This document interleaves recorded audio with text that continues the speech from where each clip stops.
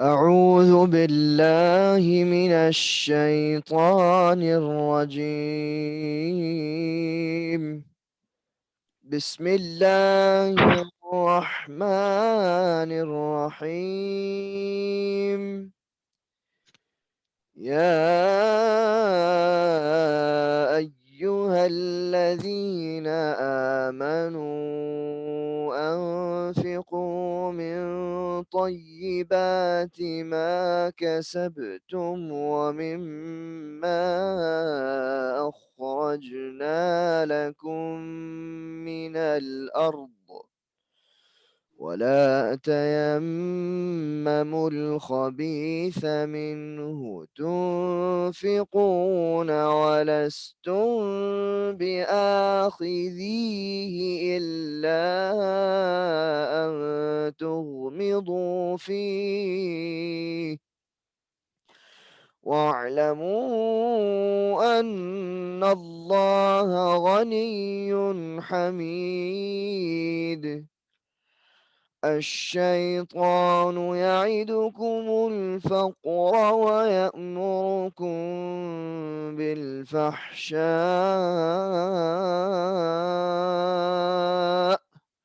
والله يعدكم مغفرة منه وفضلا، والله واسع عليم. يؤتي الحكمة من يشاء،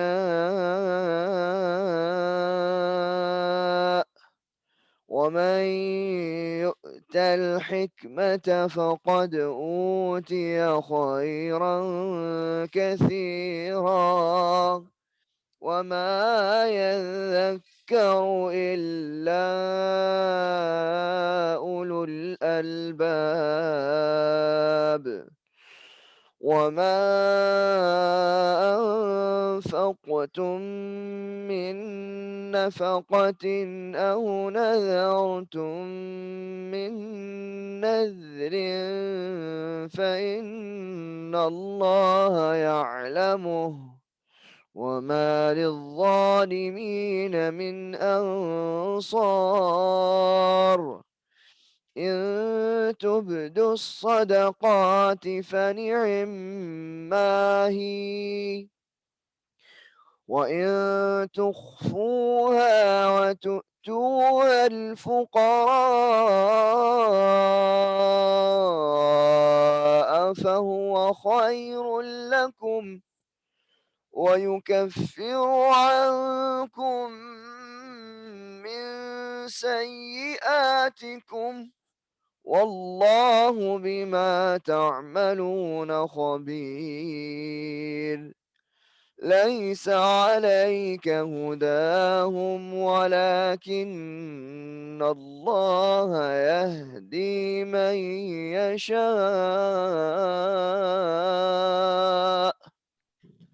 وما تنفقوا من خير فلأنفسكم، وما تنفقون إلا ابتغاء وجه الله، وما تنفقوا من خير يوفى إليكم وأنتم لا تظلمون. للفقراء الذين أحصروا في سبيل الله لا يستطيعون ضربا في الأرض يحسبهم الجاهل أغنياء من التعفف، تعرفهم بسيماهم لا يسألون الناس إلحافا، وما تنفقوا من خير فإن الله به عليم. صدق الله مولانا العظيم، وبلغ رسوله النبي الكريم صلى الله عليه وسلم. Jazakallah, brother Faiz. MashaAllah, Allah give you reward for that. So as we are continuing this uh, ruku, so the topic continues of charity and giving generosity and giving gifts in the name of Allah subhanahu wa ta'ala, to please Allah subhanahu wa ta'ala. When Nabi Karim sallallahu alaihi wasallam met Allah subhanahu wa ta'ala on his journey to Miraj, and when he met Allah subhanahu wa ta'ala, so the first thing he said was At-tahiyatu lillahi wa salawatu wa ta'ibatu. So when he met him, the first thing he said that At-tahiyatu, that all the financial ibadat, like whatever you give in the name of Allah subhanahu wa ta'ala, and all the salats, all are for Allah subhanahu wa ta'ala. So that is the base of our charity, that whatever we give is for the pleasure of Allah subhanahu wa ta'ala.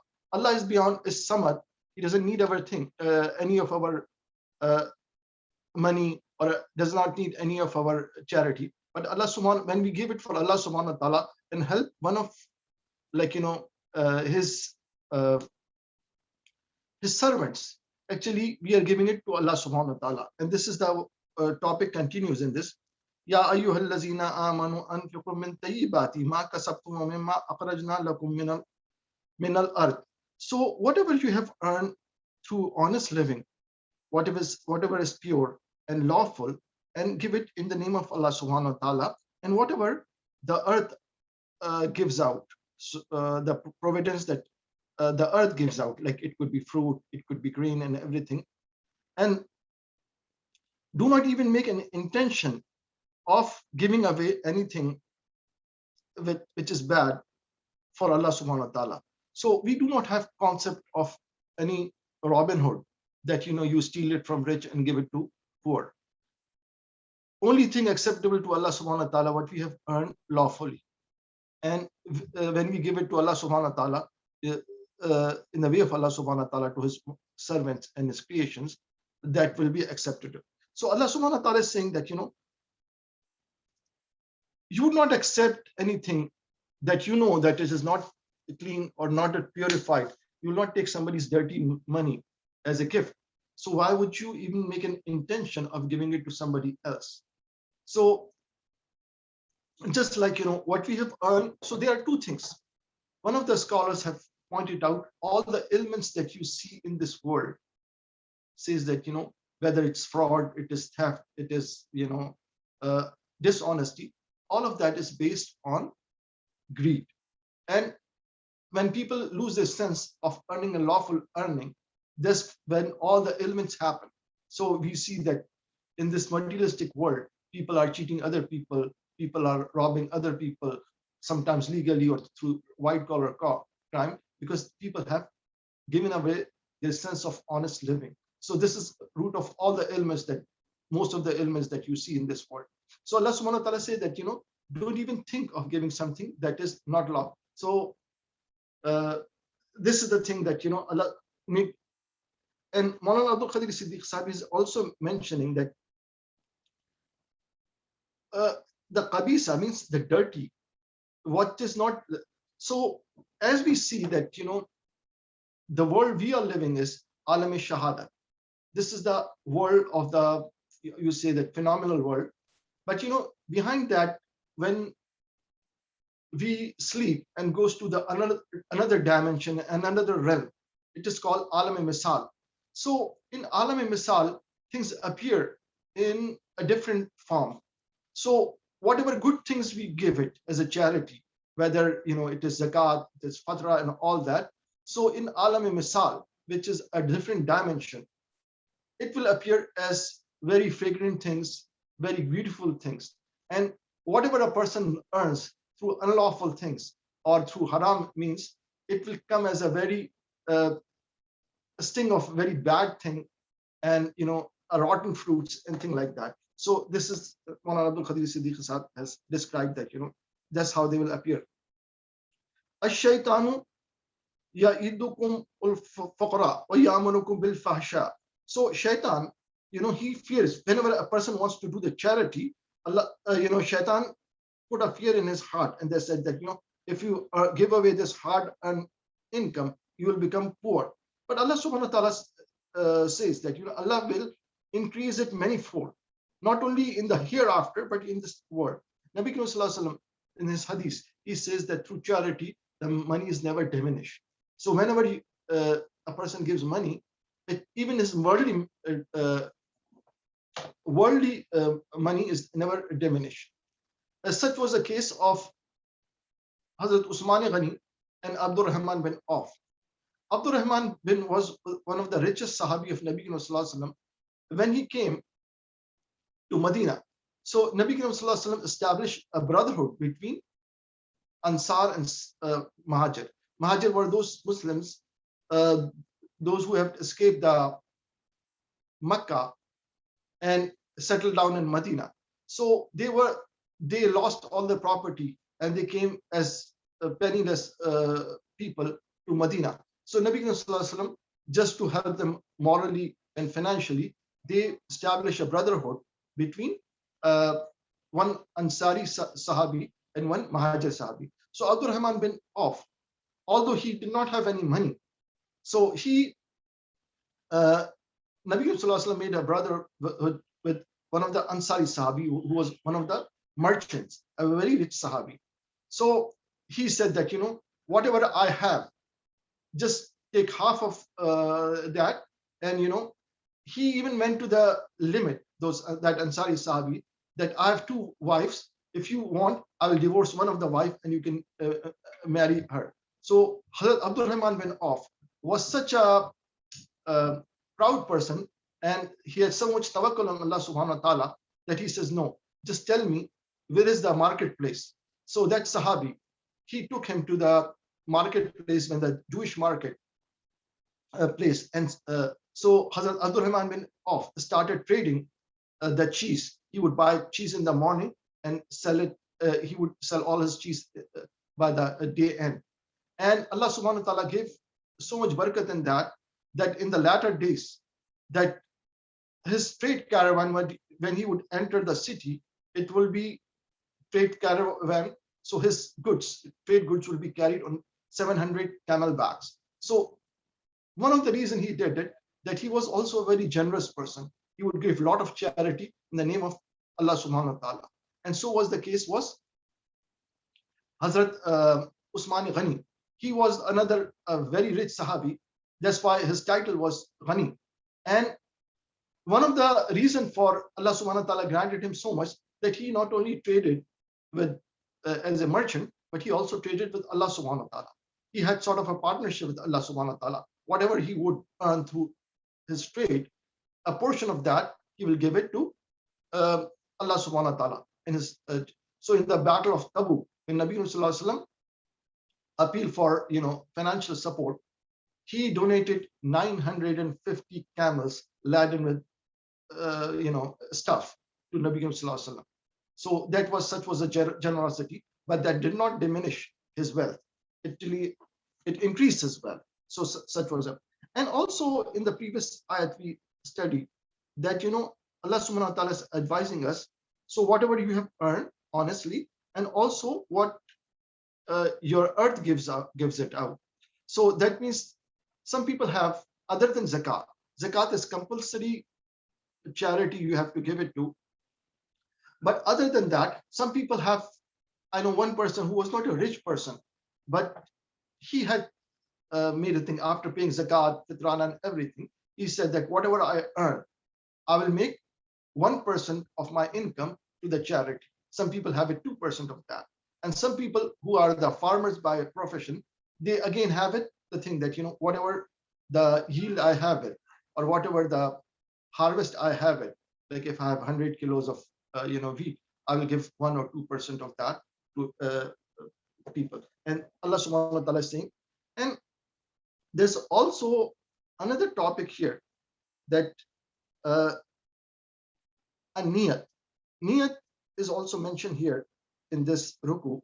So when you do the nazar means a gift, and also if you make the nazar is like a sort of a niyat that you say that it is halal, and you say that you made a nazar or mannat that if my such and such dua is accepted, I will give so much charity. So this is also acceptable of that. And when you do that, make the good intention, Allah subhanahu wa ta'ala is barakat is on that. So some people object to this practice that when they make a nazar that I will give so much charity if so this is like a bid'ah and all that. It is not. It is mentioned right here in this ruku that you make a nazar. And there's a also other example of mannat and nazar. And Allah subhanahu wa ta'ala has continued with this that shaitan is cast a fear on your heart that you will be poor if you do that. But Allah subhanahu wa ta'ala is promising you the forgiveness and the blessings of that. So maghfiratun minhu wa fadla. So Allah subhanahu wa ta'ala is promising. So when a person make an intention for charity, he should first thing is get rid of fear that by giving away, Allah subhanahu wa ta'ala will inflict poverty on him. Actually, rather Allah subhanahu wa ta'ala will give him more barakat in his money and his income. So Allah subhanahu wa ta'ala says, yutil hikmata man yasha'u wa man yutil hikmata faqad utiya khairun kaseera. So Allah subhanahu wa ta'ala grant anybody he wishes the wisdom, and whoever he grants him the wisdom, Allah subhanahu wa ta'ala has given him the great bounty and the great blessings. So what is hikmah? So Allah subhanahu wa ta'ala is describing what you spend in the name of Allah subhanahu wa ta'ala. But Allah subhanahu wa ta'ala give money to people. But Allah subhanahu wa ta'ala here is also mentioning the wisdom or hikmah. Hikmah is to understand the way the things they are, the nature of the things they are. So sometimes things are not the way they appear. So this person, a person who does not have wisdom, understand the things, the realities around him, people around him, and do not understand what kind of people are around him, what kind of things are around him, the true nature of that. And hikmah is something to understand the way things are without their cover in the ultimate reality. And Allah subhanahu wa ta'ala, whoever Allah subhanahu wa ta'ala grant the wisdom, Allah subhanahu wa ta'ala has granted him the great ni'mah of the gate. And this topic continues in the next ayat. In tubdu sadaqati fa ni'ma hiya. So anybody who gives the charity openly, this is good, because if the charity is given or anything good is given to show off, this he has wasted all his money, he has wasted all his effort, but it is just to encourage other people. As you know, that great examples of charity of all the sahabas, that they would give it away everything. So that come to us because they had given us that money openly. But if somebody wants to be secret, because a person like you and me who are not up to that level, so it is better to give it secretly, because we are more vulnerable to shaitan, who say, oh, what a generous person you are, and everybody was saying, wow, he donated $1,000 or $2,000. So we are more, our nafs is not sakin like those sahabas. They do not have any, they are indifferent to people praising them and all that. So for some people who have not the level of taski and nafs to that, it is better to give it secretly, because we are more vulnerable to the praises of people, wow, and all that. So, but Allah subhanahu wa ta'ala is saying that both are okay, if you give it openly or if you give it secretly, because you are basically giving it for pleasure of Allah subhanahu wa ta'ala. And when you help a needy person, helping needy person, sometimes shaitan also inflict another kind of thing. First, he inflict fear in our heart that you will get poor, but Allah subhanahu wa ta'ala is promising us the fadl, and also saying that Allah subhanahu wa ta'ala's forgiveness, that through charity Allah subhanahu wa ta'ala gives away, takes away all your sins. So charity has many, and it also, if somebody has done something to displease Allah subhanahu wa ta'ala, charity also takes away the wrath of Allah subhanahu wa ta'ala. Allah loves charity so much. And also, one of the things is that how would you know a needy person? Because it doesn't matter how generous you are, you might have a limited income which you have set aside for charity. So how would you? So this is preferred that you give it to the people you know. So the first right on your money is the people in your own family. Every family has some poor or destitute people. So if you give it to them, this is they have the first right on your charity and money. Why? Allah subhanahu wa ta'ala knows the best, but through hadith and all that, first thing, there's no administrative expenses involved. For example, the place I used to work, they used to collect for a charity called United Way. And just because of that, I thought, doesn't matter, it's not a Islamic charity, but it's a good place. So I would donate some money into that too. But only later I realized that president of United Way, his salary is $500,000. He flies in a private jet, and 70% of all the donations goes into the administrative expenses.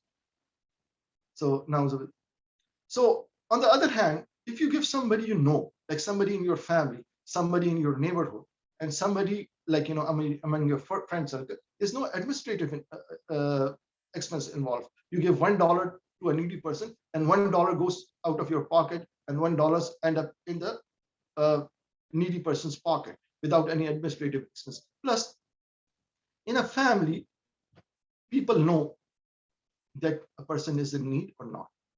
Like, financial conditions cannot be hidden in the family, among the friends, and in the neighborhood. Like, if you know your neighbors, you would know when he needs it. So this is a preferred one. A classic example, I believe it is one of the two Hasnans, either Imam Hassan or Imam Hassan. Sorry, I forgot. Most probably it's Imam Hassan. One day Imam Hassan was in his house, and one person knocked on his door, and he said that I need money. So Imam Hassan, he gave him 300 dirham, or whatever the money was. So 300 dirham. And when he came home, like he came inside, he started crying. So his family asked him that you just donated 300 dirhams and you are crying. He said that, I did not, it was my duty to be informed of his financial condition. I did not do that. That's why he had to bear the humiliation of asking for charity. If I would have known his financial condition and help him out, he would not have to face the humiliation of coming and asking for charity. So this is something. There are a lot of people who they are very bashful. They cannot ask people. They have a pride that they cannot ask for money. So it is our job to be well informed of our family, our friends, and our neighborhood. And as I said, when you do that and give it away the charity this way, people do not have to, if we cannot want to do directly. So in every family, there are some elders. We can, give our zakat and charity to that elders or an elderly person. And if he gives out to a young person, the person would not feel ashamed that, he's taking some kind of help, financial help from somebody. So these are the etiquettes of Islamic charity. So in this next ayat, Laisa alayka hudahum walakin Allah yahdi man yasha. So Allah subhanahu wa ta'ala is telling Nabi Karim sallallahu alaihi wasallam that, it is not up to you to give the guidance to the people. Allah subhanahu wa ta'ala told Nabi Karim sallallahu alaihi wasallam, because Nabi Karim sallallahu alaihi wasallam is Rahmah lil Alamin. So until his journey in the 10th year of Nabuwwat, Nabi Karim sallallahu alaihi wasallam was propagating Islam in Makkah, and a very handful of people had converted to Islam. And that would sadden Nabi Karim sallallahu alaihi wasallam, because being a Rahmatul lil Alamin, it would sadden him that, a horde of those people will go to Jahannam. So Allah subhanahu wa ta'ala is comforting his beloved prophet that, it is not up to you. Your your duty is to just convey across the message, and it is up to me whoever I wants to guide it. So that is a comfort to Nabi Sallallahu Alaihi Wasallam. And after his Taif journey, things suddenly change. That in the 10th year of Nabuwat, when it was a very bad, dismal situation for the propagation of Islam, that after 10 years of propagation, a handful of people have converted to Islam. But when he went to Taif, and that was the hardest day of Nabi Sallallahu Alaihi Wasallam, he came back. Right after that, Allah Subhanahu wa Taala summoned, bless him with the Miraj. And in Miraj, Allah Subhanahu wa Taala promised Nabi Sallallahu Alaihi Wasallam that good time is coming. And after that, the two tribes of Aus and Hazrat, they accepted Islam. So it was the whole tribe. Before that, there were individual people in Quraysh who had accepted Islam, and some from Banu Ghaffar, Abu Ghafari. But after that, things start changing for Islam. That Islam started propagating soon, and very soon Medina was. So Allah Subhanahu wa Taala is mentioning that it is not up to you, and the whatever you spend, you are doing it for Allah Subhanahu wa Taala. So you are spending which is good for you. And wajhillah, wajh, the literal meaning of wajh is the face, but here which wajhillah means the pleasure of Allah Subhanahu wa Taala. So Allah, a person. And what topic we this? So lil fuqara allazina usiru fi sabilillahi la yastati'una darban fil ardi. So these are the people. There are some people who are stranded in a particular place. So when after Aus and Khazraj, of these two tribes from Medina, they accepted Islam, and Nabi Sallallahu Alaihi Wasallam gave them a new title of Ansar. So a big number of Muslims who had accepted Islam in Mecca, Nabi Sallallahu Alaihi Wasallam told them to migrate to Mecca. But there were some people who were so poor, they did not have any animals to travel. They did not have any means to travel. Some of them were sick. So Allah Subhanahu wa Taala is mentioning that there are some people who are so destitute that they are stranded in a particular place. And those people who do not know them. So Allah Subhanahu wa Taala is saying that since they do not ask for help, because they are shy of asking people for help. So people think, oh, he's a very well-off person. He never asked for money. So it is up to the people to, Allah Subhanahu wa Taala saying that, recognize them from their forehead. Doesn't mean their forehead literally, but there are ways of recognizing a person is in need. A person who has lost job, a person who does not have any source of income.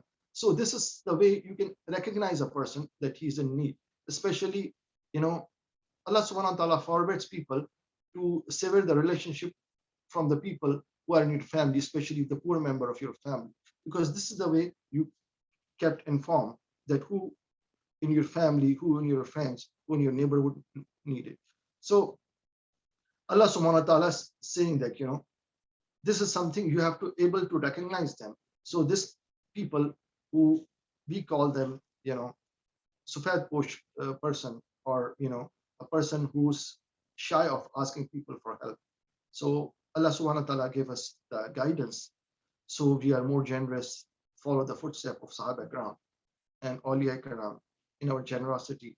So some of the charity, one of the Sahabi described Nabi Sallallahu Alaihi Wasallam that he said that I have never seen a person more generous than Nabi Sallallahu Alaihi Wasallam.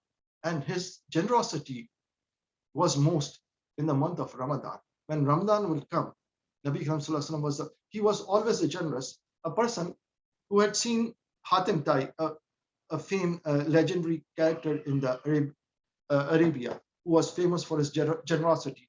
But his son and daughter, they both accepted Islam, Hatim Tai. And when they saw the generosity of Nabi Sallallahu Alaihi Wasallam, so they realized that their father's generosity was nothing compared to the generosity of Nabi Sallallahu Alaihi Wasallam. So inshallah, we will stop here. And especially this next month is the month of Ramadan. So I advise you to advise myself, because I'm talking to you, but basically, so whatever we have unlawfully, so give it in the way of Allah subhanahu wa ta'ala. Jazakallah. So we will stop here. Any questions, any comments, inshallah. Allah subhanahu wa ta'ala.